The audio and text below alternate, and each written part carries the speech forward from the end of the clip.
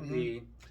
So he would sell all the products. Sorry about that, guys. Was it like drop shipping Uh, type thing? no, Oh, no. Basically, he bought these containers oh okay, I sight got you. unseen. They were full of product merchandise. He didn't know exactly what was in them and how much, Okay, so but whatever he would get, he would repost it or sell them on the internet, right? Amazon, eBay, mostly. And he told me, Ray, you know what? This is such a great company that I'm building. He ended up quitting Cisco, or the company that I worked for. He was a driver. He ended up quitting the company I work for now and opened up a warehouse big enough to house his merchandise, Wow. to be able to receive and send product from that warehouse, right? And he was doing very well. Like, wow, I was so proud of him, and I'm proud of him no matter what. But he said, Ray, you want to get into the business? You know, I have my vendor who's selling 7 pallets or 9 pallets at this time, and they're pallets full of items that you can post on Amazon and eBay.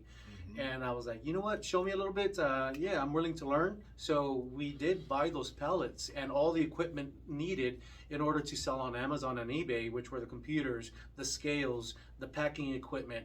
All of that I bought, and I spent in all about $12,000, including the those 9 pallets of merchandise. And he showed me how to connect everything and use the services through Amazon and build up my accounts. And sure, after work, I would go and post and take pictures and post items on eBay and Amazon. But little by little, I noticed that Amazon would send me a message saying that this product is not able to be sold unless I'm the trademarked owner of the product. Oh, wow. So apparently, the pallets that I bought were the stuff that he couldn't sell. So he actually sold the product that he couldn't sell online. He sold them to me. And at one point, he was telling me, you know what, Ray, I know you were going to buy your 4th house at this time or your 3rd house at this time, but why don't you invest that $25,000 in something a business that we're growing right now?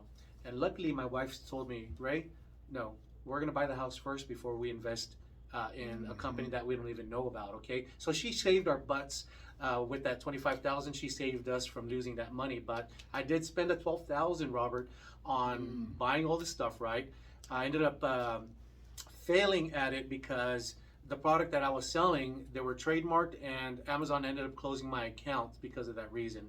And not only that, this so-called friend of mine said, hey Ray, you know what, the people that I'm working with, my partners, they're multimillionaires, and they're over there in New York right now. They're needing this and that, right? But because of the company that we're starting, they don't have the credit on the credit cards, and they're fully maxed.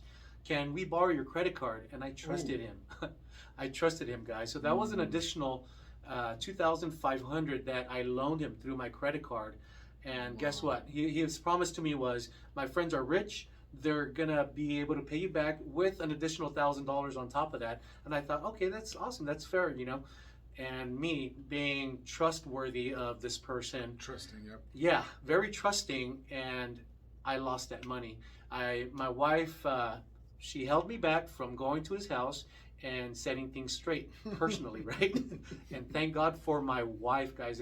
If it wasn't for my wife, I'd probably be in jail, or probably someone's little girl in jail. I don't know, but I'm teasing. But so yeah, that was one of my situations where I lost money. But it wasn't just losing the money. I lost a friend that I thought was my friend, but things happen for a reason, guys. And it didn't stop me from pushing and learning about my investments at this time. So every investment that I make now, guys, every deal that I make sure to learn about that investment and what I'm investing in, so that I don't have, I can mitigate the risk of losing more money, basically. Yes, and there's experts in every field, and that's why we always go back to real estate. You know, when we look at the average renter, renters invest versus the average renter's net worth, you know, on average in America versus the average net worth of a homeowner. And that was a renter net worth of $5,000, and the net worth of a homeowner was about $250,000. Yes, on average. So average. We that's where we go. That's our safety net. Going back to the first house, one house leads to another. Why it's so important to get that first house is that's a building block. You know, that's definitely going to set the stage for other moves down the road. You know, Yes. you're perfect proof of that. So, Absolutely. nobody's perfect. Everybody always falls for something or trusts too much. Yes. But I think what we're trying to do, say is, is life's going to move on. Of course, you know what? We learn from our mistakes, You guys. learn from it. There's always a positive somewhere. And I'm glad that we're on this topic, because a lot of people, when they do fail that first time, they're reluctant to get back up on that horse, so to speak, right? And keep on riding. But no, we have to get back on that horse, pick ourselves up, dust ourselves off, and continue to push and learn, because no one else is going to help us get up there, man. We got to do it, and do it for our families and do it for ourselves, guys. But don't let any failure out there discourage you from learning something different and investing once again.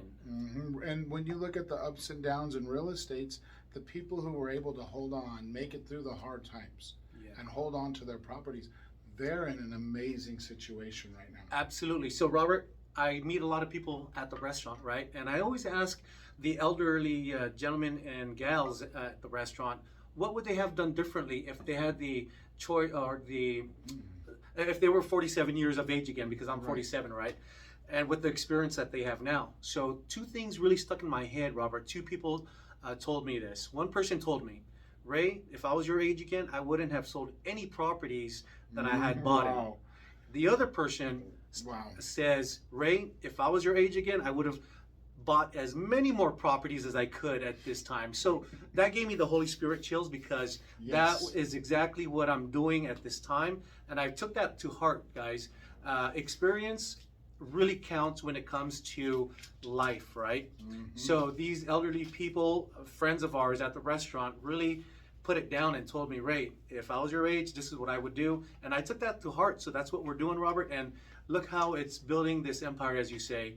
We're building an empire so that once we retire, we don't have to rely on pension, 401k, Social Security. All of that, if we have it, it's icing on the cake, guys. Exactly. Bonus, It's yes. bonus. Yeah, it's quite amazing sometimes when you compare. When you compare, and real estate, again, historically will always, when you look in the past, and it's not getting easier. The reason they say that, it was so easy and it's getting harder. Inventory's not going up with population, stuff's way more expensive, the qualifying factors we talk about, and the three qualifying factors, it's all, and being able to purchase, in the right area. And it starts with that first house, guys. As we always say, we've been saying this from the beginning.